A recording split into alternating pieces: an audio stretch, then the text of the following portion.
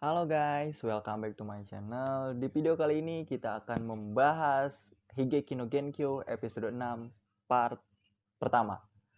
Oke, anime yang ditunggu-tunggu di musim ini.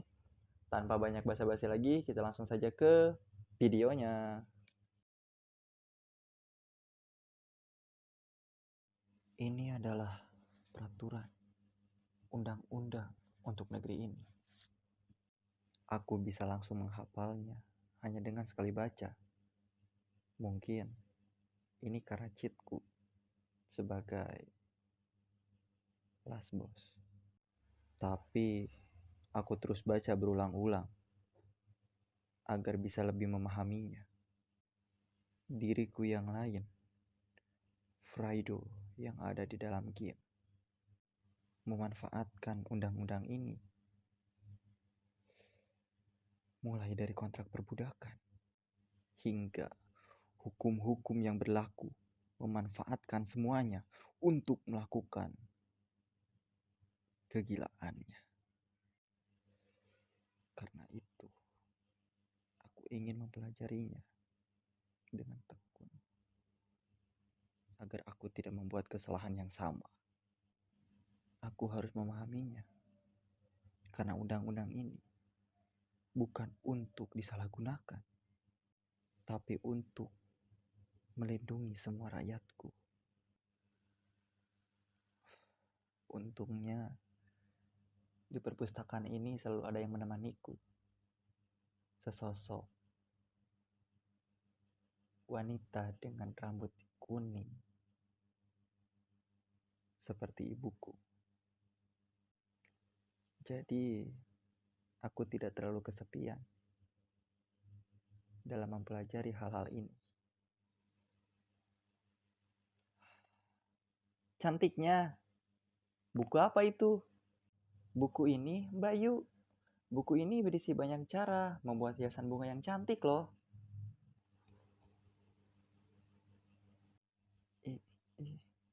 Imut banget. Memang benar. Buku yang dia sukai adalah kisah lemah lembut yang berakhir bahagia. Ya, begitulah. Sang protagonis memang beda ya. Oh iya Tiara, ngomong-ngomong, pangeran seperti apa yang kamu suka? Aku suka yang ini, Bayu. Pangerannya mirip seperti Kakanda. Hah? Begitu ya? Wah, suasana yang bagus. Jangan-jangan ini sudah masuk ke rute Steli nih. Lalu tuan putrinya mirip denganmu, Mbak Yu. Steli, apa yang kau lakukan? Aku mohon maaf. Kakanda, apa kamu terluka? Tidak apa-apa kok Tiara. Aku baik-baik saja. Mereka berdua sangat serasi dan imut. Aku ingin sekali mereka tetap bersatu. Dan kayaknya itu pasti. Tapi sepertinya Steli sangatlah shock saat Tiara bilang tuan putrinya mirip denganku. Tuan putri pertama, Frido Royal Ivy. Dan tuan putri kedua, Tiara Royal Ivy, memasuki aula. Maaf, karena aku mendadak memanggilmu kemari. Wahai putriku tersayang. Tidak apa, Ibunda. Ada urusan apa Ibunda memanggilku kemari? Ini menyangkut insiden kesatria tempo hari. Apa kamu sudah tahu bahwa ada pria yang ditahan setelah kejadian itu? Iya, saya mengetahuinya, Ibunda. Pria itu, lebih tepatnya komplotan pria itu, terlibat dalam hilangnya para kesatria negeri jiran. Mereka semua disewa oleh paksi yang menentang aliansi negeri kita dan kerajaan Anemone. Hal pertama yang mereka lakukan adalah menyandra para kesatria kerajaan Anemone, lalu mengorek informasi dari mereka dan menyergap pasukan kita di tebing itu.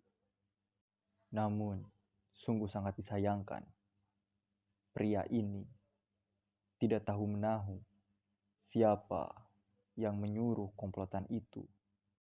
Jadi, kita semua masih belum mengetahuinya siapa yang menjadi dalang di balik semua ini.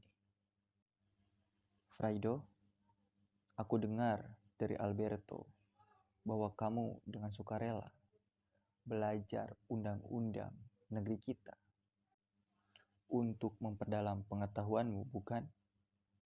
Karena itulah kau sebagai ratu berikutnya jatuhkanlah hukuman padanya. Aku. Nama terdakwa adalah Val. Aku mengenalnya. Val, pemilik kekuatan khusus kubah tanah. Salah satu orang yang disewa oleh Ratu Fraido di dalam game untuk menghalangi jalan Tiara. Kalau saja waktu itu aku tidak menyadari keberadaannya di tebing itu, pasti aku tidak bisa menyelamatkan Komandan Roderick. Menurut pria ini, kesatria kerajaan Anemone masih hidup dan menjadi sandra. Tetapi tempat mereka disandra sangat sulit untuk ditemukan tanpa arahan langsung darinya. Putriku Fraido, pertama, pikirkanlah apa yang akan kamu lakukan. Ini adalah ujian untuk mengukur kemampuanku sebagai ratu berikutnya. Karena itu, aku harus memperlihatkannya pada Tiara yang akan menjadi ratu sejati dalam negeri ini. Bahwa ada saatnya kita harus mengambil keputusan yang keras. Baiklah ibunda, izinkan saya. Yang pertama, penyergapan terhadap kesatria. Kali ini adalah kejahatan yang sangat besar. Menurut undang-undang, hukuman minimal adalah penjara seumur hidup. Dan hukuman maksimal, eksekusi mati. Karena menimbang kemungkinan hal ini bisa merusak aliansi kita dengan kerajaan lain. Karena dari itu, eksekusi mati adalah pilihan yang tepat. Tapi, jika benar dia tahu keberadaan kesatria kerajaan Anemone yang sekarang disandra, maka ada pilihan ketiga, yaitu kita bisa membuatnya tunduk dengan kontrak perbudakan. Karena itu, ada 3 hukuman yang bisa saya pikirkan, ibunda. Hukuman pertama, jika kita anggap dia tidak tahu keberadaan para sandra, maka hukum mati adalah hukuman paling tepat. Yang kedua, menjalin kontrak perbudakan dengannya. Setelah membuatnya patuh secara mutlak, kita pun bisa mengorek informasi darinya. Lalu mengeksekusinya setelah kita menyelamatkan para kesatria Anemone. Dan yang terakhir, ketiga, dengan kontrak perbudakan, kita bisa melarangnya berbuat jahat. Lalu kita bebaskan dia setelah para kesatria Anemone selamat. Kira-kira itulah yang terpikirkan oleh saya, ibunda. Di kehidupan masa laluku, aku tidak mungkin bisa berbicara setegas ini. Apalagi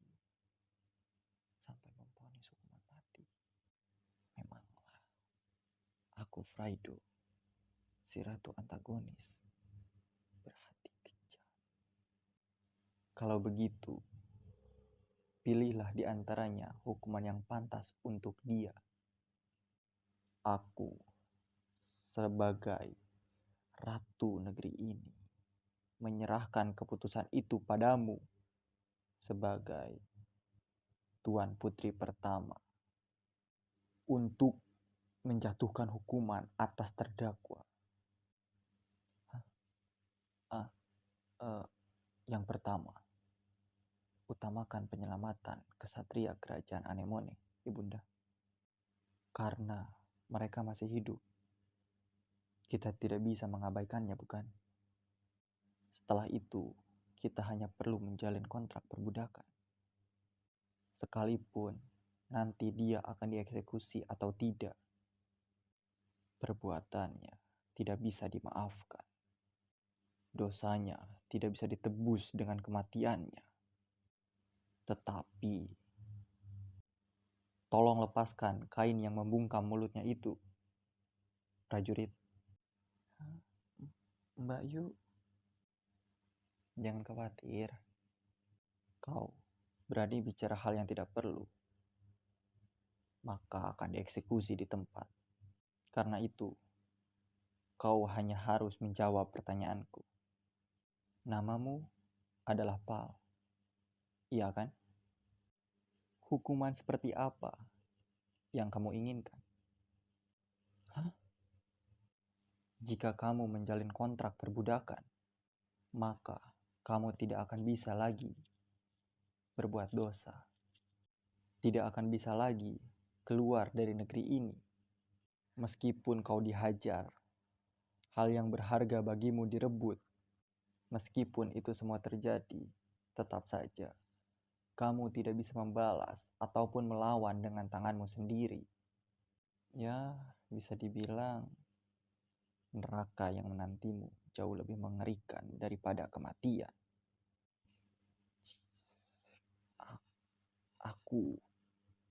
Aku tidak mau mati.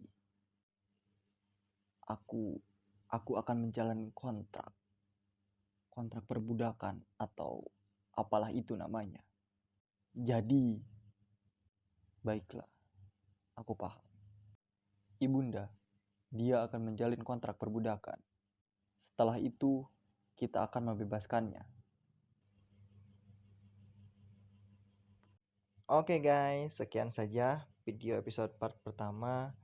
Saya mohon maaf, saya kira saya hari ini nggak bisa upload dikarenakan kemarin saya kecapean ya. Tapi ternyata malam saya masih ada waktu dan tadi juga saya pulang sampai jam 12, jadi masih ada waktu ya.